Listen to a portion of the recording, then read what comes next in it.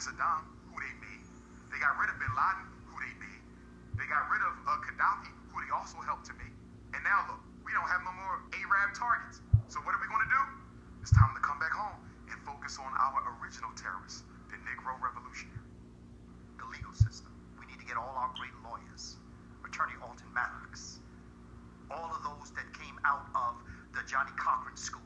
All of the lawyers across the country that are struggling for the rights in the legal system. We need to get them all together. Banks and savings and loans. That's the one thing we need to do right now.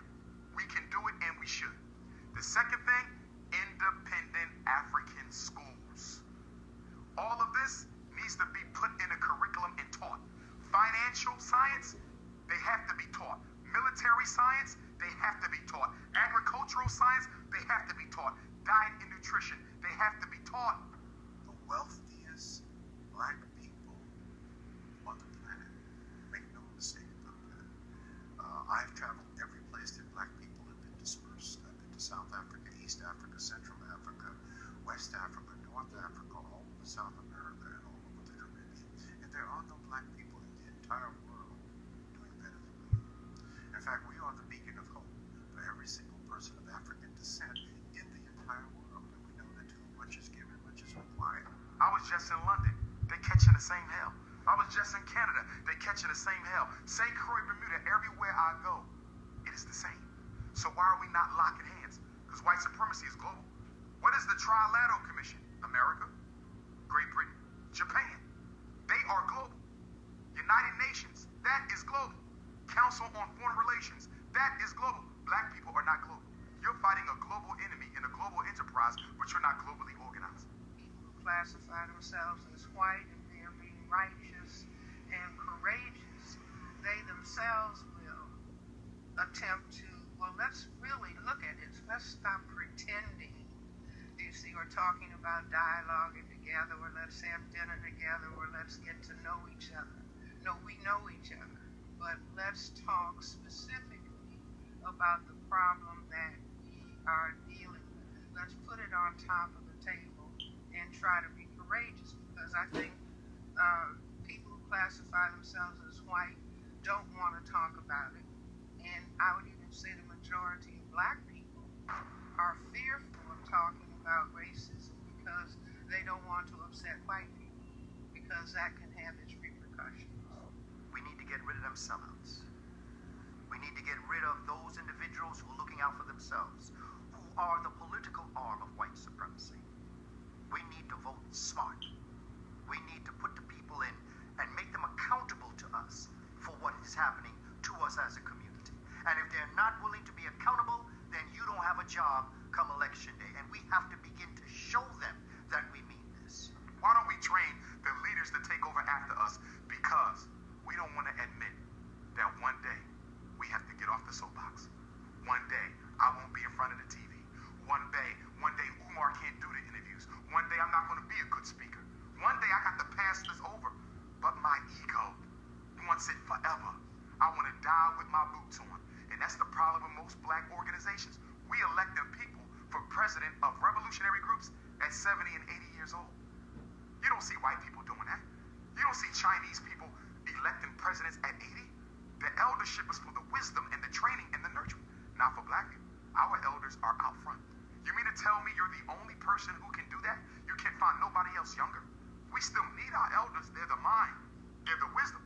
But you need the youth because they are the charisma. They are the organizers. They attract the energy. An elder can't do that. But because black men are so castrated in American society, we're not given an opportunity to manifest our manhood the way everyone else is. A white man can brag about his stock. Chinese man can brag about his businesses. The Italian can brag about everything he owns. What do we have to brag about? We ain't allowed to get stock. We ain't allowed to own businesses. We ain't allowed to get our doctorate degrees the way that we want. We ain't allowed that. So whenever we get an opportunity to be a man, to be a president, to be an organizational leader, to be a pastor, I'm never giving this up. Because I've been waiting my whole life for this job. And I like it. And I'm going to make up for all the years I wasn't allowed to be out front. Introduce me to your 5 closest friends, and that will tell me who you are. As they know and as they go, you go. You know, don't spend major time with minor people. People going nowhere want you to go nowhere with them. People doing nothing want you to do nothing with them. If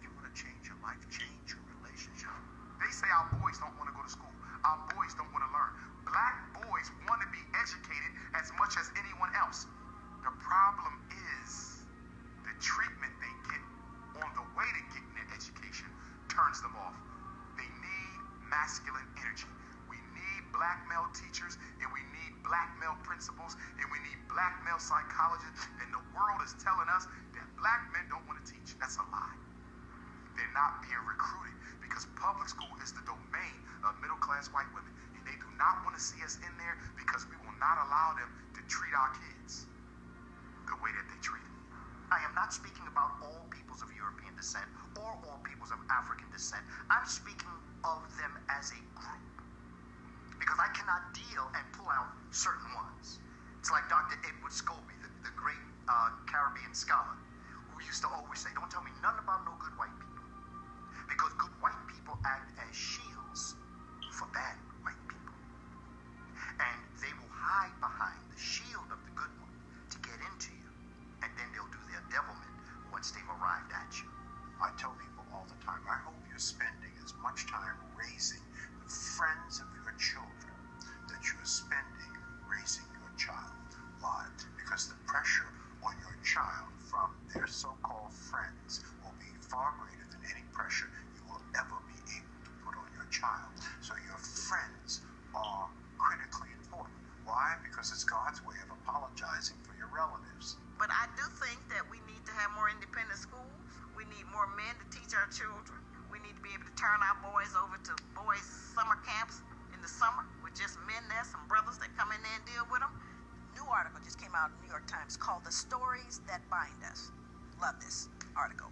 They created something called the Do You Know Scale. And the Do You Know Scale has to do with looking at children who know their stories. Their family. I'm not talking about their family. But auntie and uncle and Pookie, all of us went through. They've shown now that the degree to which children know their stories, good or bad, doesn't matter if it's a story of struggle and tragedy, doesn't matter. But knowing their story will help mediate stress. You can't take no break when you're up against white supremacy. They have never taken a break since the 1400s, and you taking a break.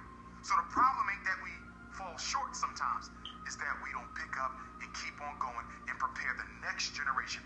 A lot of African American people try to be too inclusive, and there's nothing wrong with being inclusive, but you have to take care of your group first. Other groups of people, they look out for their group first. Instead of us looking out for our group, we try to look out for everybody else, and that doesn't work for us in the long run because we let other groups of people hijack things that are meant for us. Because the thing is, we talk about reparations as African American people, but if the government said, look, tomorrow we're going to give African American people reparations, you know what, we were wrong, we're going to make everything right, so tomorrow morning all African American people show up to get your reparations check. You know what's going to happen? First thing tomorrow morning, people who look like Justin Timberlake are going to show up wearing dashikis and kente cloths, talking about Assalamu alaikum, I'm 1/16th African American. And black people will let it happen. So the thing is, we have to take care of our own group first so that all of our benefits won't get hijacked. They love to see us suffer with grace.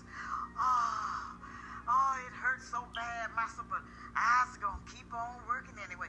They love it when they see us doing bad, but we come through it and say, oh, I took it, take a licking and keep on ticking. They love that. Oh, he had a hard time, but he stayed with it. Why should we have to live like that? You know, frogs adapt to the water. They adapt to whatever the temperature is. If it's cold, they adapt.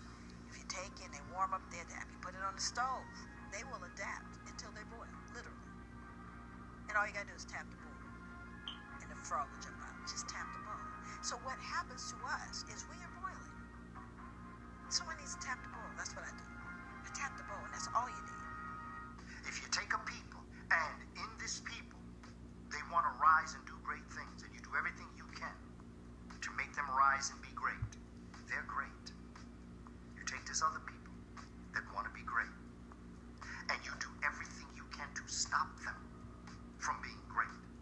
Yet in spite and despite of your attempts, they still